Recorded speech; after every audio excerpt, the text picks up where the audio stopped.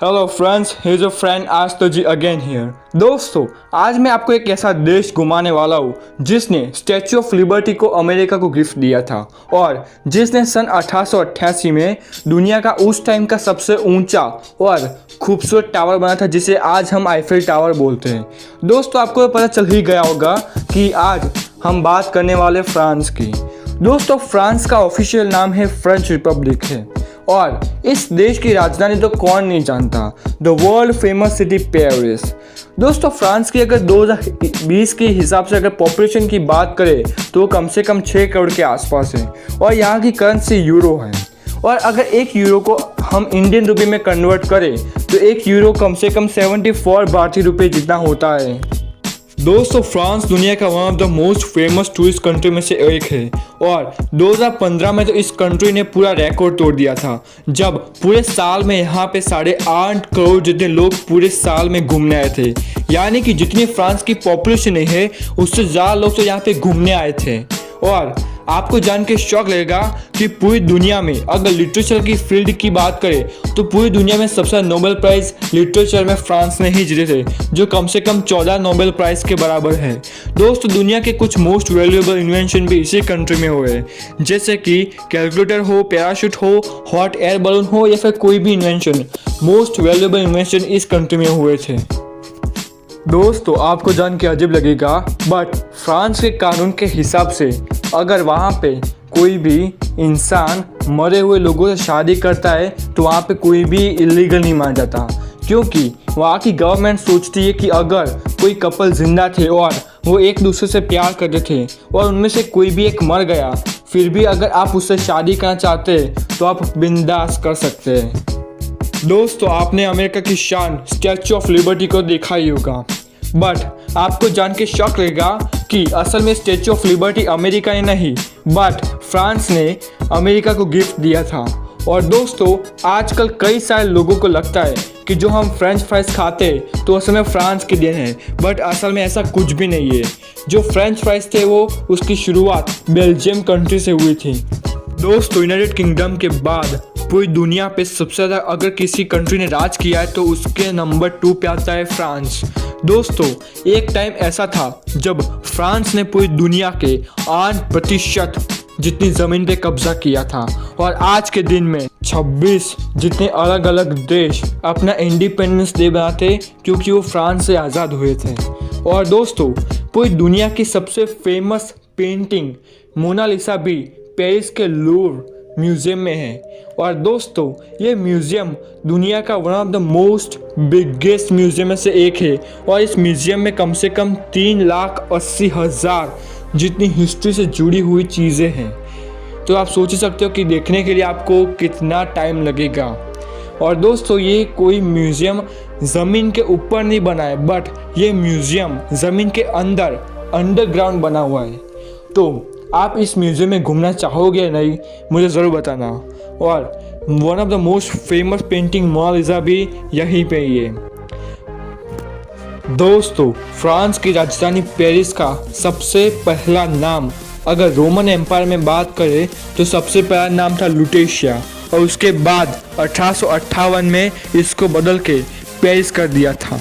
दोस्तों, अगर cost of living की बात करें तो सिंगापुर के बाद पूरी दुनिया का दूसरा सबसे महंगी कंट्री में से फ्रांस आता है। और दोस्तों, दुनिया का सबसे कम टाइम के लिए अगर कोई इंसान राजा बना था तो वो भी फ्रांस से ही था, जिसका नाम था लुइस एंटोनी, जो दुनिया का पहला राजा था जो सिर्फ 20 मिनट के लिए राजा बना था। और दोस्तों, आपको जान के शौक लगेगा कि गाड़ियों की नंबर प्लेट की जो शुरुआत थी वो भी इसी कंट्री ने किया था और ये सिलसिला उसके बाद पूरी दुनिया में फैल गया। और दोस्तों, जब वर्ल्ड वॉर हुआ था तो जब नाज़ी जर्मन जूश लोगों को पकड़ पकड़ के उनका कत्लेआम कर रहे थे तो फ्रांस ही ऐसा देश था जिसने लाखों जूश लोगों को बचाया था। दोस्तों इंडिया इतना बड़ा कंट्री है, फिर भी हमारे कंट्री में सिर्फ 2 जितने टाइम जोन्स है। बट आपको जान के शॉक लगेगा कि फ्रांस इतना छोटा कंट्री होने के बावजूद भी यहाँ पे 12 जितने अलग अलग टाइम जोन्स हैं। जिन लोगों को नहीं पता टाइम जोन्स क्या होता है तो उनको मैं बता दूँ कि टाइम जोन्स यानी कि एक जगह पे मान लीजिए कि 8 बजे और दूसरी जगह पे दोपहर के 12 बजे, तो ऐसे अलग अलग टाइम को ही टाइम जोन्स बोलते हैं। दोस्तों फ्रांस एक ऐसा कंट्री है जहाँ पे कोई भी नेशनल ट्री नहीं है, बट वहाँ पे नेशनल फ्लावर ज़रूर है। फ्रांस का नेशनल फ्लावर है आइरस। दोस्तों फ्रांस का बर्थ रेट दिन ब दिन बहुत घटता जा रहा है। बर्थ रेट यानी कि एक माँ कितने बच्चों को जन्म देती है उसी को बर्थ रेट बोलते हैं। तो फ्रांस एक ऐसा कंट्री है जहाँ पे बर्थ रेट बहुत कम हो जाता जा रहा है, जिसकी वजह से उनकी जो पॉपुलेशन है उसकी भी जो लोग हैं वो कम होते जा रहे हैं।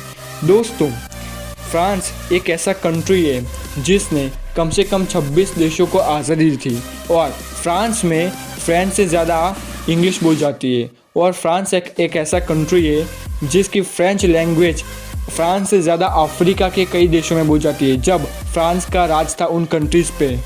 और दोस्तों दुनिया का सबसे ग्रेट वॉरियर नेपोलियन भी इसी कंट्री से था, और नेपोलियन पिग और कैट से बहुत डरता था। तो इसी वजह से अगर आप फ्रांस में जाके किसी भी पिग को नेपोलियन बोलोगे तो आपको शायद सज़ा भी हो सकती है और शायद आपको जेल में भी जाना पड़ सकता है। दोस्तों पुराने ज़माने में फ्रांस का जो फ्लैग था वो आज की तरह नहीं था, वो पुराने ज़माने का फ्लैग एकदम वाइट था। दोस्तों फ्रांस के मिलिट्री को यूरोप की कुछ चुनिंदा बेहतरीन मिलिट्री में से एक माना जाता है, जिसमें उन्होंने 176 जितनी वॉर्स आज तक लड़ी थी और उसमें से 109 जितनी वॉर्स में उनकी जीत हुई थी। दोस्तों फ्रांस एक ऐसा कंट्री है जो पूरी दुनिया में फैशन और मॉडलिंग का लंदन के बाद दूसरा सबसे बड़ा हब माना जाता है। दोस्तों फ्रांस के border Belgium, Luxembourg, Switzerland, Italy, Germany, Monaco, Andorra इन सारी कंट्रीज़ के साथ अपनी बॉर्डर को शेयर करता है। और दोस्तों अगर फ्रांस की जो एरिया की हम बात करें तो उसका एरिया 6,04,181 किलोमीटर स्क्वायर जितना होता है। और दोस्तों फ्रांस का जो फेमस आइकॉन है यानी कि आईफेल टावर, तो आपको जान के शौक लगेगा कि समर की सीज़न में आईफेल टावर की जो हाइट है वो थोड़ी बढ़ जाती है, क्योंकि पूरा का पूरा आईफेल टावर स्टील और लोहे का बना हुआ है। और हम सभी जानते हैं कि जब लोहा गर्म होता है तो उसकी हाइट थोड़ी बढ़ जाती है, जिसकी वजह से समर की सीज़न में आईफेल टावर की जो हाइट है वो थोड़ी बढ़ जाती है। और दोस्तों आई होप कि आपको इस फेमस और बहुत ही खूबसूरत देश के बारे में सब कुछ जानकारी मिल गई होगी। तो दोस्तों अगर आपको ये वीडियो कैसा लगा मुझे कमेंट सेक्शन में ज़रूर बताना, और अगर आपको ये वीडियो अच्छा लगा तो एक लाइक तो ज़रूर दबा दीजिएगा, और अपने दोस्तों को भी दिखाइएगा कि फ्रांस के अंदर क्या क्या यूनिक चीज़ें हैं जो हम जान सकते हैं।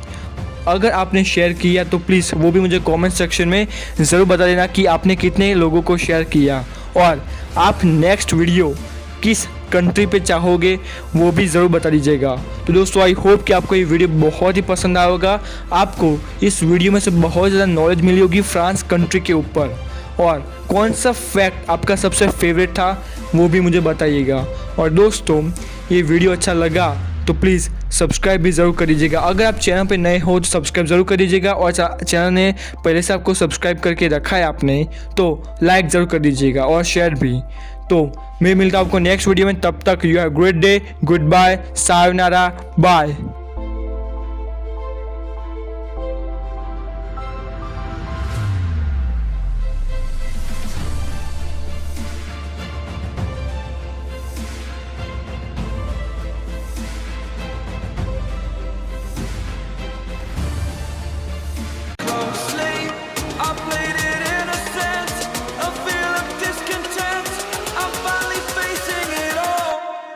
Fearless.